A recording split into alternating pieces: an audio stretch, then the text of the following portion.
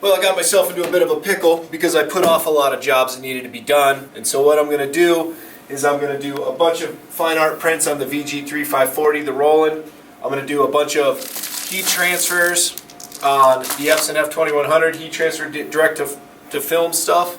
And then I got a bunch of embroidery stuff I'm going to do too. So I figured I'd take this opportunity to make this video showing you how, with all this equipment, you can get a lot of production done, do a lot of different things in a relatively quick amount of time. I mean, it shouldn't take me too long to get all this done, and it should look pretty good. I'm pretty excited to see it. Without further ado, let's get started on this production I need to get done today. So now that the Roland's running, that's just going to crank out fine art stuff. I'm going to get started on this embroidery, and then I'm going to move over to the Epson, do some 2100, Epson 2100. I'm going to do some transfer prints there, so let's get started. I'm starting with embroidery, and I have these hoodies for Coburn's wife and my girlfriend that need some sleeve embroidery. I'm using the MicroClamps from Hoop Tech to get into the tight spaces of these sleeves. These are super easy to add backing and hoop and clamp. You can find all Hoop Tech products on shopmelco.com. I need the cap driver to connect these clamps. Once set, positioning and placement is a cinch. Okay, now I have the Roland VG3-540 running fine art jobs and the EMT16X embroidering away.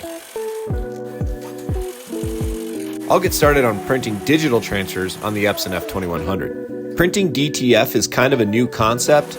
I have a ton of videos on the YouTube channel. Check them out if you have questions on how this is done, but this really is a great way to use your direct-to-garment printer. While I was running back and forth from the Epson F2100 to the EMT16X, the Roland VG3-540 just steadily printed perfect jobs. That's one of the many reasons why I like Roland so much. Once you go to print, the printer just prints money with no hassle. Classy. If you're liking this content that we're putting out, like and subscribe. If you have questions, drop them in the comments down below. We're happy to answer. We get back to you guys pretty quick on that. Back to the F2100. I'm adding adhesive powder to my transfer print. Once that's dry, I'll heat press. I have one more sleeve to do. Don't sleep. Get these MicroClamps on shopmelco.com. This is a super easy application. I'm always impressed how consistent embroidery applications are, and the MicroClamps are no exception. I ran a production shop for many years, and I always said the most important element to production is consistency, and this combo definitely delivers.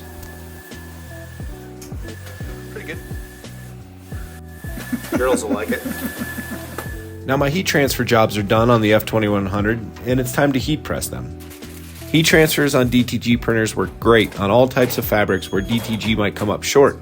Polyester, nylon, blends. Heat pressing is super low impact at 300 degrees for only 15 seconds.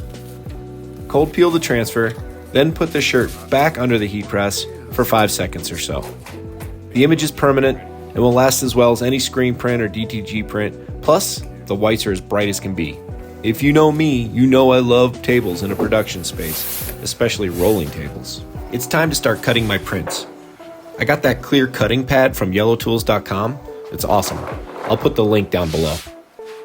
So that was a productive little run. We got some embroidery done, got some fine art prints here, even did some stuff on the Epson F2100. I hope what this shows you is how, with all this equipment, you can get a lot of stuff done in a pretty quick amount of time. That's why we sell it all. That's why we sell the Epson stuff and the Roland stuff. It's a perfect complement to embroidery. It really allows you to diversify your shop, make a lot of money in a lot of different ways.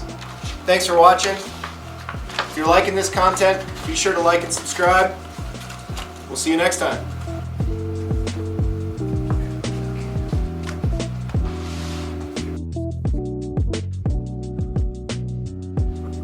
Yeah, that side too, I guess.